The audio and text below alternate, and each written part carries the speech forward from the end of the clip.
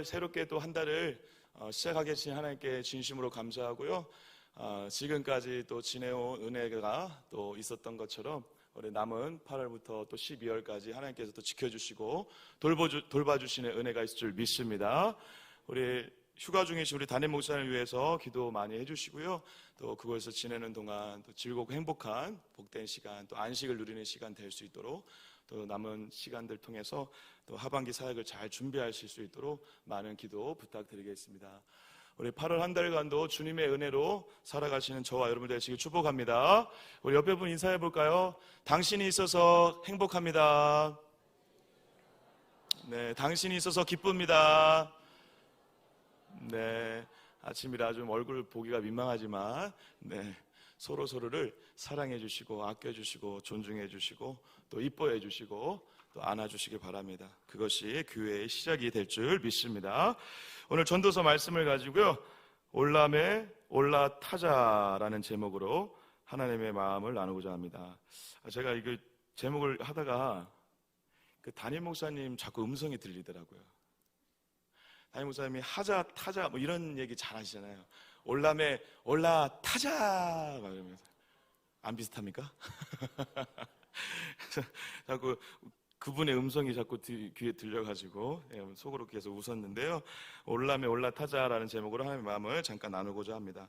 여러분, 인생은 매일매일 새로운 일들과 그리고 여러 가지 상황들 가운데 처하며 반복됩니다. 때론 지겨울 만큼 반복적인 일상이 또 반복되기도 합니다.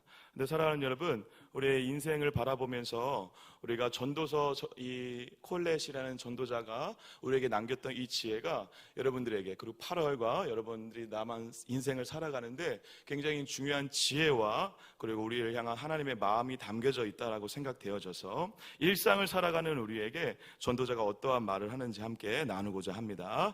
그래서 전도서 말씀을 가지고 8월을 올람에 올라타는 기쁨과 역사가 있길 주님의 이름으로 축복합니다. 올람이 뭔지는 이제 아시게 될 거예요. 전도서 1장 2절에 이렇게 쓰여 있습니다. 우리 제가 다시 한번 읽어볼게요. 전도자가 이르되 헛되고 헛되며 헛되고 헛되니 모든 것이 헛되도다.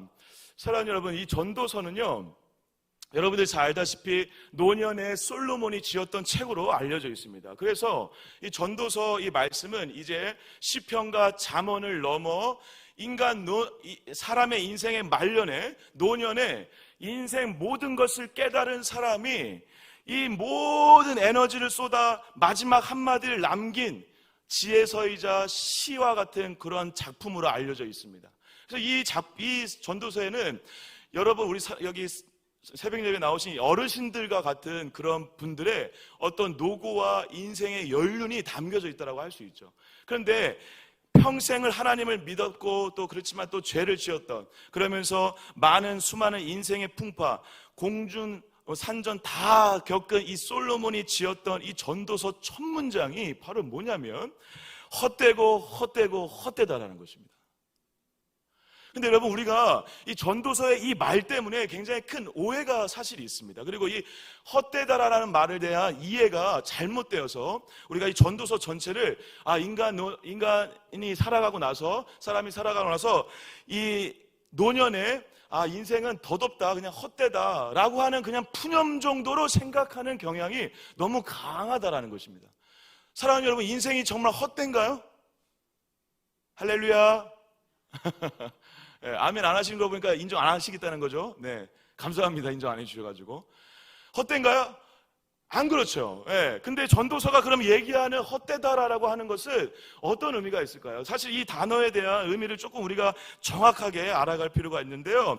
이 무려 전도서 1장 2절에서 5번이나 반복했던 이 헛되다, 그리고 이 성경 전체에는 총 73번 정도가 나온다고 합니다. 그리고 전도서에만 무려 거의 반 이상 37번 정도 이 헛되다라는 말이 계속 반복되어 나온다고 하는데, 이 헛되다라는 말이 히브리어로 헤벨이라고 합니다. 헤벨.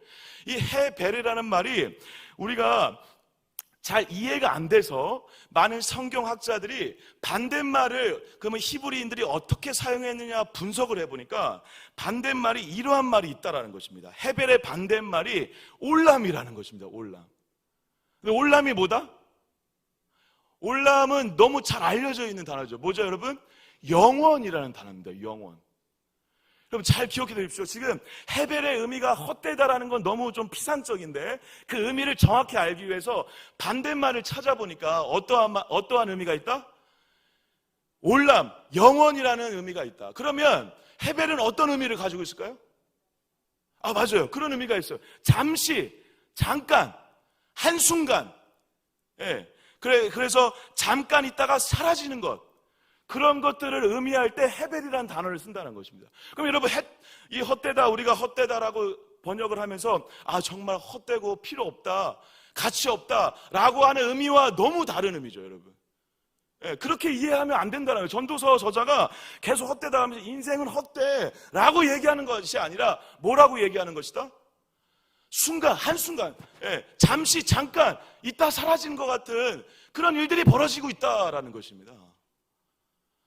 그래서 여러분, 이 시편 62편 9절에, 이거는 오늘 준비가 안 되는데 제가 한번 읽어볼게요.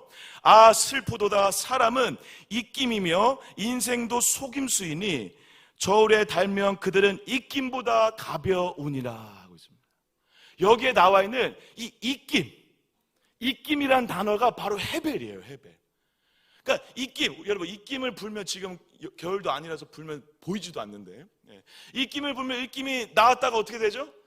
한순간에 싹 사라지죠. 그거와 같은 것이 바로 뭐다? 헤벨이다라는 것입니다. 그러면 여러분, 이 전도서 전체를 좀 다르게 이해할 수 있어요. 인생은 헛되다, 가치 없다, 덧없다가 아니라 인생이 어떻다? 한순간이다. 잠시 잠깐이다. 계속 매일매일의 반복되는 시간 가운데 자꾸 잠깐 있다 사라진 것 같은 순간들이 있다라는 것이죠. 물론 잠깐 있다 사라지는 것 중에 가치 있는 것도 있고 가치 없는 것도 있어요. 헛된 것도 있지만 헛되지 않은 것도 있죠. 그것이 헛되다, 헛되지 않다라고 우리가 단정짓기 어렵다라는 것입니다. 짧은 순간, 한순간 있더라도 영원한 가치를 가진 자가 있죠. 한순간 있더라도 영원히 우리에게 기억에 남는 무엇인가 있을 수 있는 것이죠. 마치 2000년 전에 30년밖에 살진 않았지만, 여러분, 이 인류의 역사 몇천 년에서 30년밖에 이 땅에 살지 않으셨어요. 근데 30년밖에 살지 않은 그분이 영원을 담아낸 분이었죠. 그래서 그분의 30년이 우리 모두가 영원한 생명으로 가는 길을 여셨죠. 그분의 30년의 인생이 헛된 것이라 할 수 있습니까? 아니요. 그렇지만 히브리어적으로 헛되다고 할 수 있죠. 잠시 잠깐이죠. 하지만 그 잠시 잠깐이 정말 굉장히 중요한, 말로 형용할 수 없는 가치와 생명을 담아낸 인생이셨죠. 그래서 여러분, 히브리 이 전도자, 이 콜렛이라는 이 전도자가 이 전도서를 통해서 이 헛되다라는 말을 통해서 결국 그러면 매일매일 그러면 순간순간 잠시 잠깐 가는 인생이다 라고 얘기하면서 정말 궁극적으로 얘기하려고 하는 게 뭘까요? 그게 지금 1장부터 12장까지 계속 반복되는 거거든요. 사실 결론은 간단하게 얘기하면 이것입니다. 잠시 잠깐 지나가는 인생이 뭐 어떻게 살길 지금 요구할까요? 잠시 잠깐, 여러분 오늘 월사 금방 지나가요. 지겨워도 좀 기다리세요. 금방 지나가요. 금방 지나가면 이 시간 어떻게 해야 된다는 걸까요? 전도자는 지금 뭘 말하고 싶을까요? 지금 이 시간, 오늘, 현재를 잘 살아가라는 것입니다. 이 잠시 잠깐, 이 한순간이 이 현재, 다르게 얘기하면 여러분, 잠시 잠깐인 이 현재, 오늘, 지금 밖에 없다라는 거예요. 이것이 지나가면 또 과거가 되죠. 여러분, 과거는 과거로 머물기 때문에, 끝나기 때문에 다시 끌고 올 수가 없죠.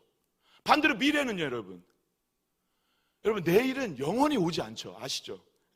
내일 되면 또 내일이 있죠. 내일이 되면 내일은 내일이 아니죠. 더 이상 내일을 만날 수 있습니까? 여러분, 난 나의 내일을 만난 적이 있다, 손 들어주세요. 없어요. 내일이 되면 그건 오늘이죠. 결국 우리는 오늘을 사는 거죠. 지금을 사는 거예요. 현재를 사는 거예요. 오늘, 지금, 현재, 지금 5분, 1시간, 이 오늘이 너무 중요한 거죠. 할렐루야. 저만 여기서 춤을 추면서 지금 이렇게 저만 지금 난리 법석을 떠는 겁니까, 여러분? 오늘, 여러분, 그래서 오늘 만나는 모든 상황과 모든 일이, 그리고 내 옆에 앉은 스쳐가는 누군가가 다 귀하고 의미가 있다라는 것입니다. 예수님께서 토마스 켈리라는 영성신학자가 이런 얘기를 실제로 했어요. 제가 한번 읽어볼게요. 어제는 없다. 영원한 현재만 있을 뿐이다.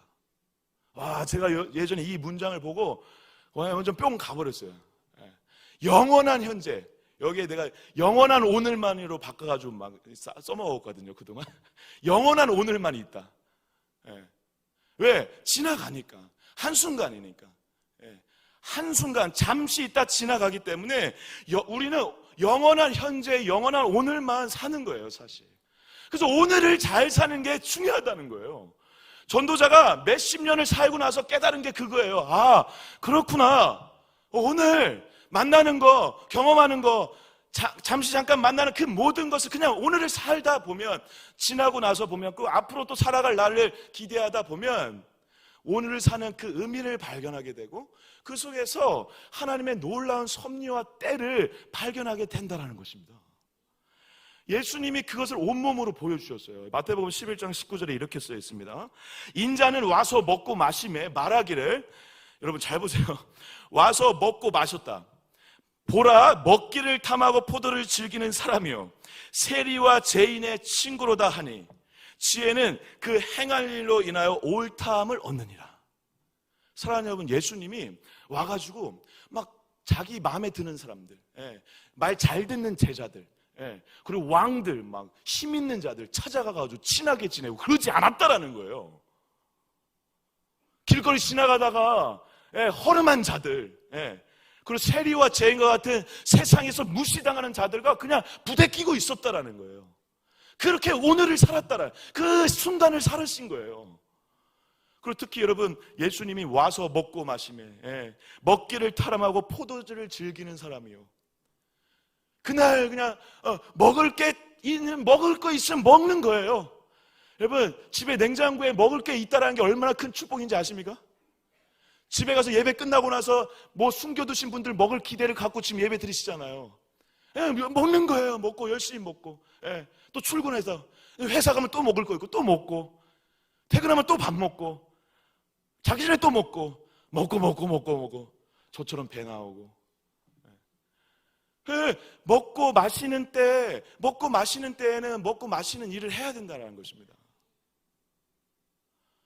그런데 여러분, 우리가 의외로 자꾸 이 때와 상황에 대해서 너무 많은 것들을 상상하고 의도적으로, 그리고 좀 의지가 너무 비약적으로, 너무 지나치게 하나님의 때와 뜻을 명확하게 알아내려고 하는 습관이 있다는 것입니다.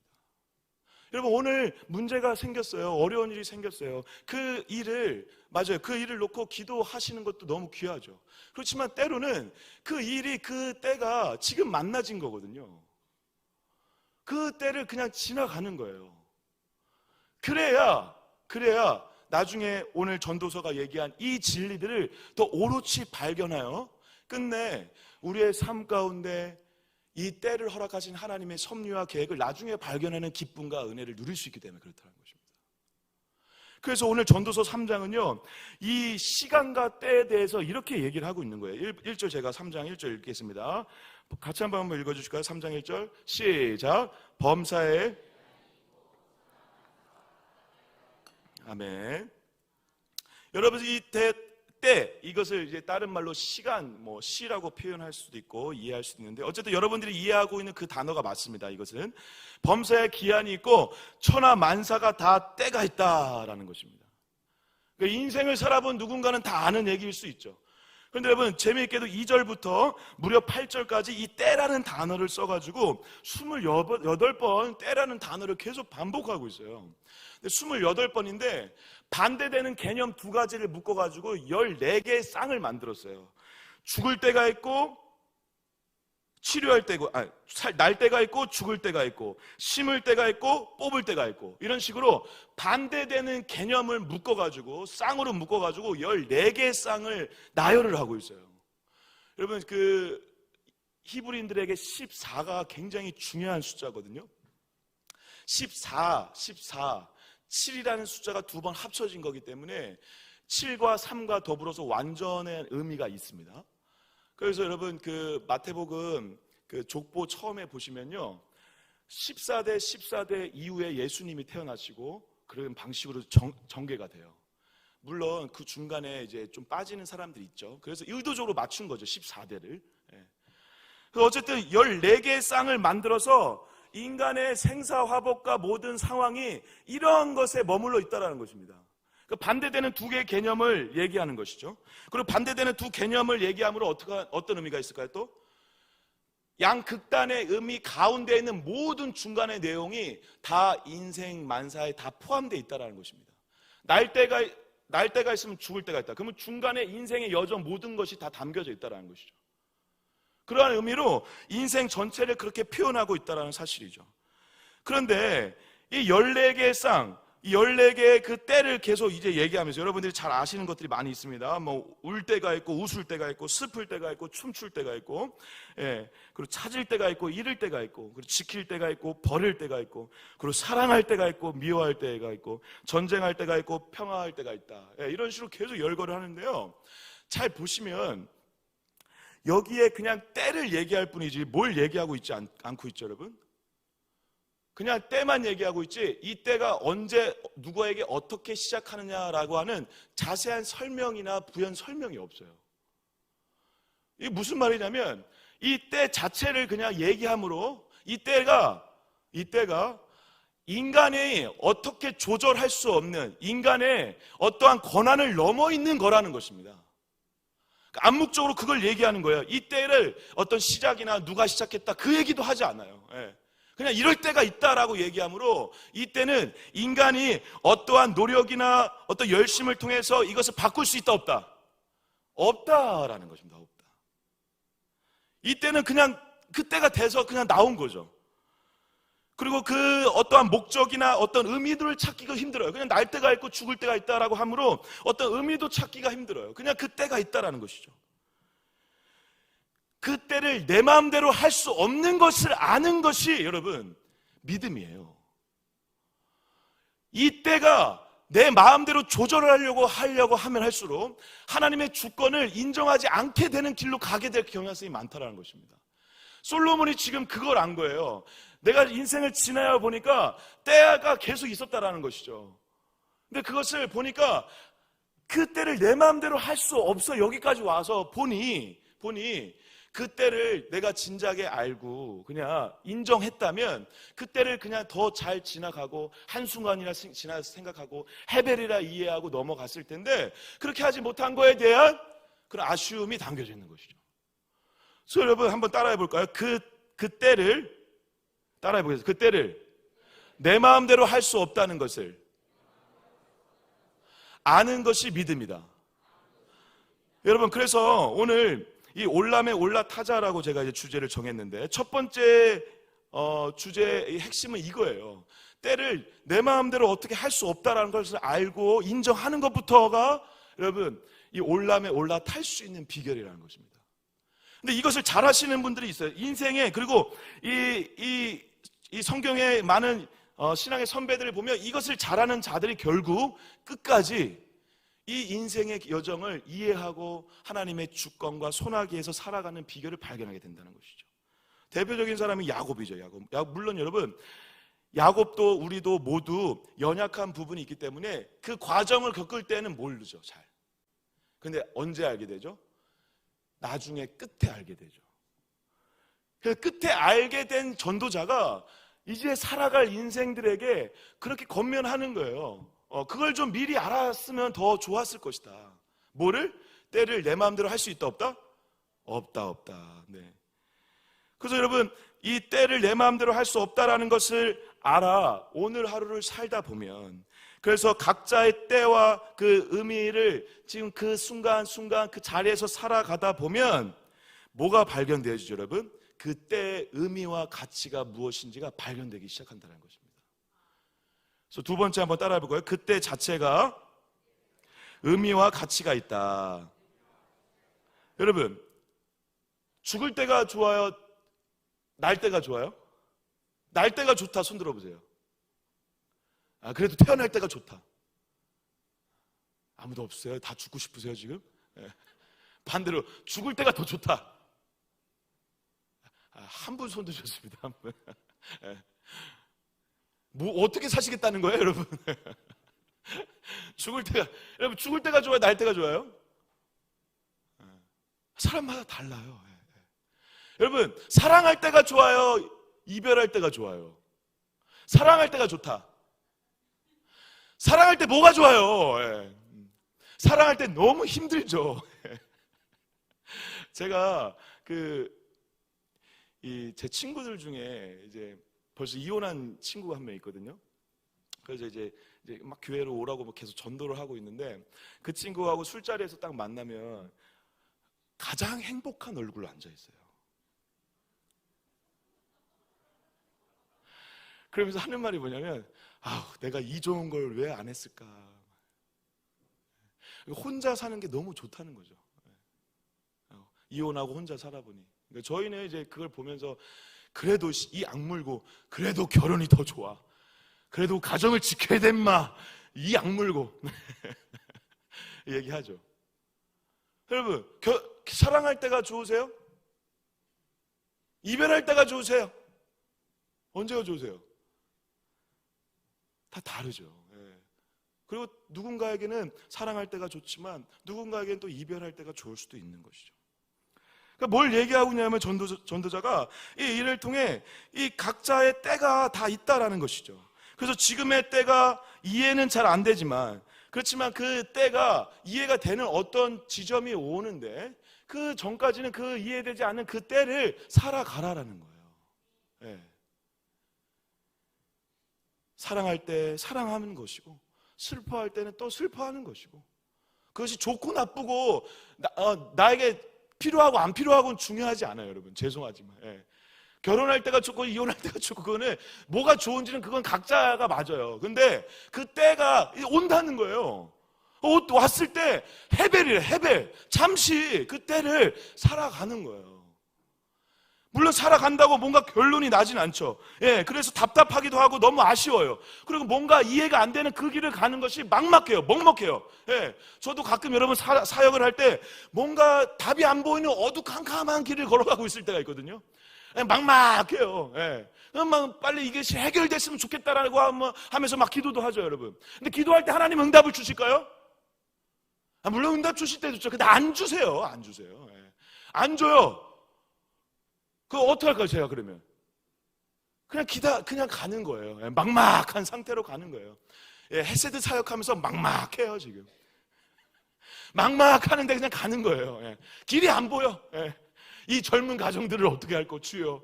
저는 어디고, 여긴 어디고, 저는 어디로 가야 합니까? 우리 교구 어르신들은 그래도 말을 하면 말이라도 잘 듣죠. 헤세드 위원, 우리 청년 같은 우리 젊은 가정, 말을 하면 말을 안 들어요, 말을. 저 장사자들 저기 앉아있네요.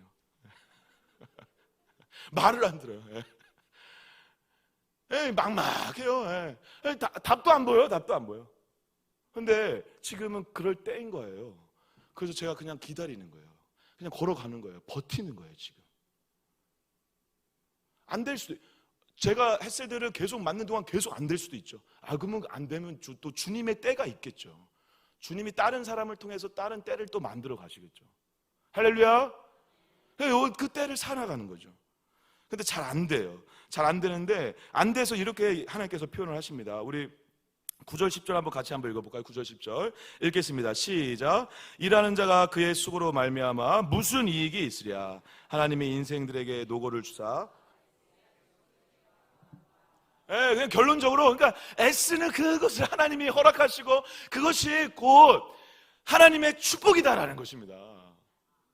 슬플 때는 그 슬픈 길이 그 때인 거예요.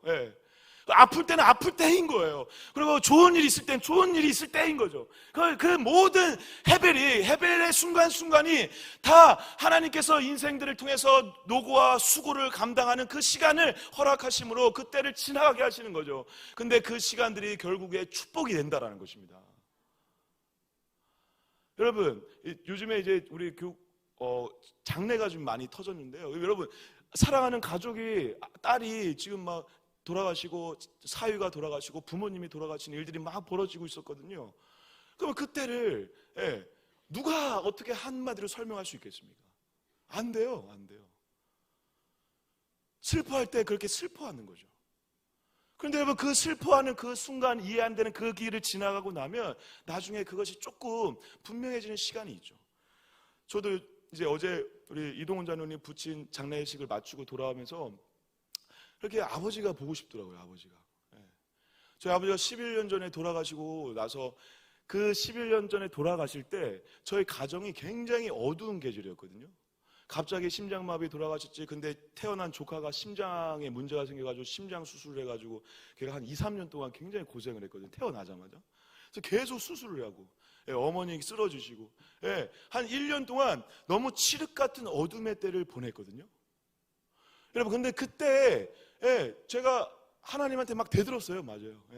이게 뭐냐고, 이게. 근데 여러분, 놀라운 건 뭐죠? 지나고 나서 지금 생각해 보니까 그때가 없었으면 지금의 제가 없더라고요. 많은 신앙의 선배들과 우리 모두가 얘기하시다시피 가장 어두운 그때 그리스도를 더 깊게 만나는 은혜가 있었다는 것입니다. 제가 그 칠 것 같은 어둠의 때에 그냥 있었거든요. 그냥 있으면서 하나님께 그냥 하소연하고 원망하고 있었어요. 그 시간을 그냥 지나갔었어요. 그런데 그 시간을 지나가는 동안 몰랐었는데 그 시간을 지나고 나서 먼 훗날 생각해 보니 그때가 아니었으면 저는 절대 하나님을 만날 수 없었어요. 물론 그렇다고 여러분, 하나님 만나게 해주시려고 하나님의 아버지를 죽였어요, 그렇게 해석할 수는 없죠.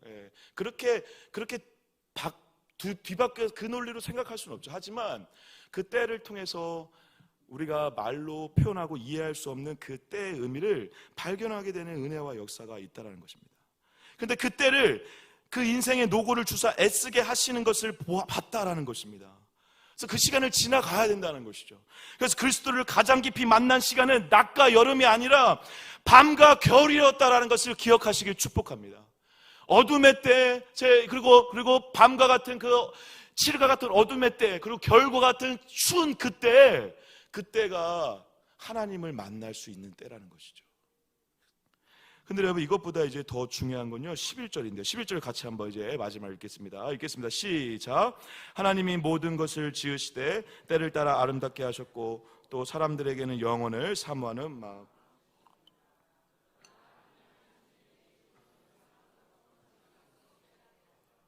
아멘. 사랑하는 여러분, 세 번째 한번 따라해 볼까요? 하나님의 계획과 목적은 완벽하다. 여러분, 지금 첫 문장 이렇게 되어 있습니다. 하나님이 모든 것을 지으시되 때를 따라 아름답게 하셨다라는 것입니다. 이 아름답게라는 말은요, 사실 이렇게 더 번역해야 맞는데요, 완벽하고 적당하다라는 것입니다. 하나님께서 모든 것을 만드시는데 그 때를 만들어 가시는데 어떻게 하다 그때가 완벽하고 적당하다라는 것입니다. 여러분들에게 어떠한 슬픔이 있을 그때 완벽한 시간이라는 거예요. 여러분들이 가족과 헤어져야 될 그때 완벽한 시간이라는 거예요. 여러분들이 어떠한 상황을 겪고 있을 그때 아름다운 때라는 것입니다. 가장 적당한 때라는 것이죠. 하나님께서 그 때를 아름답게 지셨다는 거예요. 그래서 하나님의 섭리와 계획 가운데 우리 모두가 있다라는 것을 기억해야 된다는 것이죠. 하나님의 그런 구질구질한 삶이라 하더라도 하나님의 이 소나기와 주권 안에 있어서 하나님의 계획과 목적에 따라 하나님께서 신실하게 그 때를 만들어가는 그 과정 가운데 내가 있다라는 사실을 알아. 이 한 때를 살아가는 거, 그게 믿음이고 신앙이에요. 그래서 여러분, 오늘 기도하다가 열심히 기도하는 기도 제목도, 수많은 기도 제목들이 오늘 응답 안 되는 역사가 있길 축복합니다. 아멘을 한 명도 안 하시네요. 저와 여러분들은 다 이 때를 벗어나고 싶어 해요. 이겨내고 싶어 하고 빨리 더 좋은 상황을 원해요. 아니요, 여러분, 그것이 우리가 필요할 때 기도를 통해서 돌파해야 될 상황도 있지만 모든 때는 하나님의 때예요. 좋아서 하나님의 때가 아니에요. 우리에게 좋아서 하나님의 때가 아니라니까요. 모든 것이 하나님의 때예요. 그 하나님 때 안에 우리가 있는 거죠. 할렐루야. 그 때를 살아내는 거예요. 그 하나님의 때에 모든 것이 더 아름답게 완벽하게 적당하게 지은 그때 우리가 있다라는 것을 알아. 오늘 이 때를 걸어가려고 하는 그 마음으로 이 자리에 앉아 계시면 그 마음에 맞게 기도가 나오세요. 그렇게 기도하시는 저와 여러분 되시길 축복합니다. 오늘 이 때를 이겨내려고 물론 아둥바둥하는 이 간절한 기도를 받으시는 하나님이시죠. 맞아요. 근데 여러분, 성경에서 그렇게 기도하는 것을 가르쳐준 적은 한 번도 없습니다. 여러분, 죄송하지만 그것은 여러 가지 신앙의 태도들이 기도의 태도를 얘기하는. 여러분, 야베스라는 그 인물을 아시죠? 야베스가 기도할 때 여러분, 야베스가 장애가 있다라고 우리가 상상을 하거든요. 야베스가 장애를 극복하게 해달라고 기도 안 했습니다. 어떻게 기도했죠? 장애가 있는 나를 통해 지경이 넓혀지는 하나님의 나라가 이루어지는 은혜와 역사가 있길 소망합니다 라고만 기도했어요. 이 다리를 낫게 해주셔서 이 다리를 통해 더 많은 일들을 하게 해주세요 라고 안 했다라니까요. 그 아픔과 슬픔의 시간에 하나님, 이 때를 제가 걸어가겠습니다. 이 때를 제가 묵묵히 살아내겠습니다 라고 하는 그 시간을 통해 하나님의 임재와 역사를 경험하여 오히려 하나님의 나라라는 더 큰 개념을 위해 기도하는 영적인 시각이 열린다는 것입니다. 오늘 기도 응답이 안 되는 역사이길 축복합니다. 야, 그래도 아멘을 안 하시네. 할렐루야. 기도 응답 안 돼도, 여러분 죄송하지만 기도 응답 안 돼도 오늘이 귀하잖아요. 오늘 이 한 때가 가치가 있다니까요. 의미가 있다니까요. 귀하다라는 게, 소중하다니까요. 오늘을 잘 살아낼 수 있게 도와달라고 기도하셔야 되는 거예요. 오히려 그러면 이 때를 아름답게 지으신 하나님의 의미와 계획을 발견하게 되는 그 시점에 우리가 더 분명해지는 은혜를 경험하게 된다는 사실이죠. 여러분, 근데 이 11절을 C.S. 루이스가 이렇게 번역을 했습니다. 이제 이걸 얘기하면 좀 마무리하도록 하겠습니다. 한번 띄워줄 수 있을까요? 제가 한번 읽어볼 거예요. 사실 11절 번역이 사실 좀 이상하거든요. 왜냐하면 11절 한번 잠깐 보실래요? 이걸 읽기 전에. 하나님이 모든 것을 지으시되 때를 따라 아름답게 하셨고 또 사람들에게는 영혼을 사모하는 마음을 주셨다. 그런데 하나님이 하시는 일에 시종을 사람을 측량할 수 없게 하셨다. 여러분, 좀 말이 자꾸 왔다 갔다 하는 것 같고 좀 답답하지 않으세요? 저는 이 분장을 읽으면서 처음에 이게 뭔 말하는 거야 지금? 하나님 때를 따라 아름답다, 이건 알겠어. 근데 사람에게 영혼을 사모하는 마음을 주셨다. 그런데 시종은 알 수 없다? 그럼 어떻게 하라는 거죠? 이건 뭐죠? 그래서 이것을 번역할 때 많은 사람들이 이것을 번역을 조금 여러 가지 방법으로 많이 했었어요. 그래서 이 번역을 조금 원활하게 하기 위해 수많은 학자들이 같이 고민도 하고 막 그랬었는데요. 근데 제가 생각할 때 이 번역이 이렇게 하는 게 조금 더 현실적인 것 같아요. 자, 한번 들어보세요. 하나님은 제때 아름답게 만드셨다. 더욱이라는 단어를 제가 일부러 썼습니다. 근데 이렇게 넣는 학자들이 있어요. 더욱이 영혼을 심어 놓으셨다. 그런데 하나님이 하시는 일을 사람이 다 깨달을 수는 없다. 그러니까 이해가 되니까 지금 제가 얘기하려고 하는 것은 지금 하지만 하나님이 하시는 일을 다 깨달을 수 없다라는 것을 우리가 알아요. 지금까지 그 얘기 했잖아요. 알 수 없잖아요. 그런데 영원을 주시는 마음에 대한 의미가 좀 애매했는데 무슨 말이냐면 영원을 생각하는 마음을 심어 주셔서 그 모든 상황과 때를 통해 영원을 보게 하시려고 하는 의도가 담겨져 있다는 것입니다. 다르게 얘기하면 C.S. 루이스가 이 얘기를 해요. 이제 C.S. 루이스가 이렇게 이 부분을 말하면서 이러한 문장을 얘기했는지 제가 한번 읽어볼게요. 만약 내 안에 이 땅에서 얻는 경험으로는 만족할 수 없는 욕구가 있다면 내가 이 세상이 아닌 다른 세상을 위해 만들어졌기 때문이었을 것이다. 지금 이게 무슨 말이냐면 여러분, 우리가 이 삶을 살아가면서 때를 만나면 이해가 안 되잖아요. 그죠?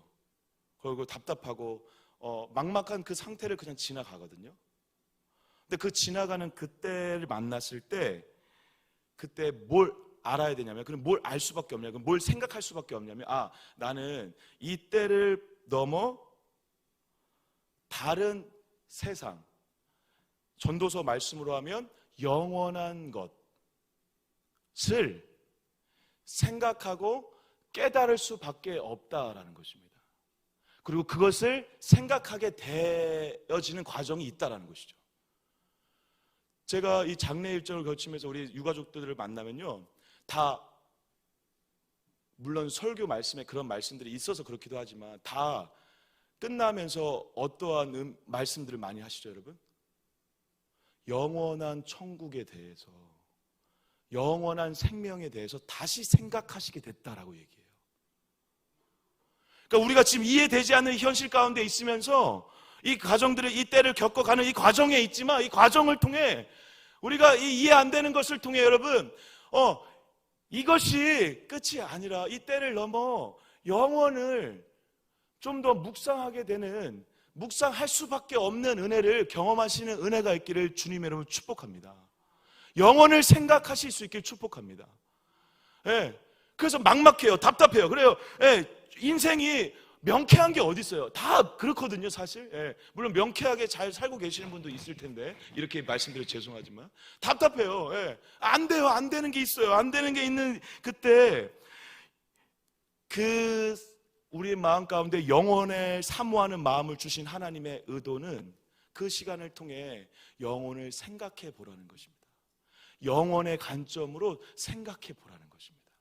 영혼의 관점으로 생각하면 그때가 진짜 한순간이죠.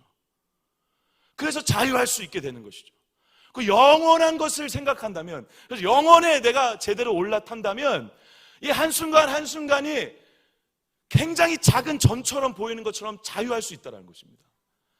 그래서 여러분, 영혼의 관점을 가질 수 있도록 은혜를 구하셔야 돼요. 그래서 여러분, 장례를 치르신 분들이 은혜가 많은 이유가 뭐죠?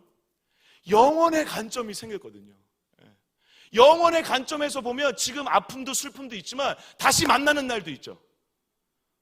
영혼의 시간의 관점에서 보면 모든 게 다 담겨져 있잖아요. 지금 헤어지지만 또 만나잖아요. 그렇기 때문에 자유할 수 있다는 것이죠. 여러분, 제가 만약에 10년 전, 12 아버님 돌아가시기 전에 그렇게 수많은 방황을 할 때 어떤 누군가가 저의 인생을 보면서 정말 너무 죄송합니다. 개판 같은 인생을 살아갔는데 그 인생을 보면서 저한테 누군가가 너는 어떻게 그 인생을 그렇게 사냐? 넌 틀렸어. 라고 그 순간을 보고 저한테 그렇게 얘기했다면 저는 아마 이 자리에 없었을 거예요.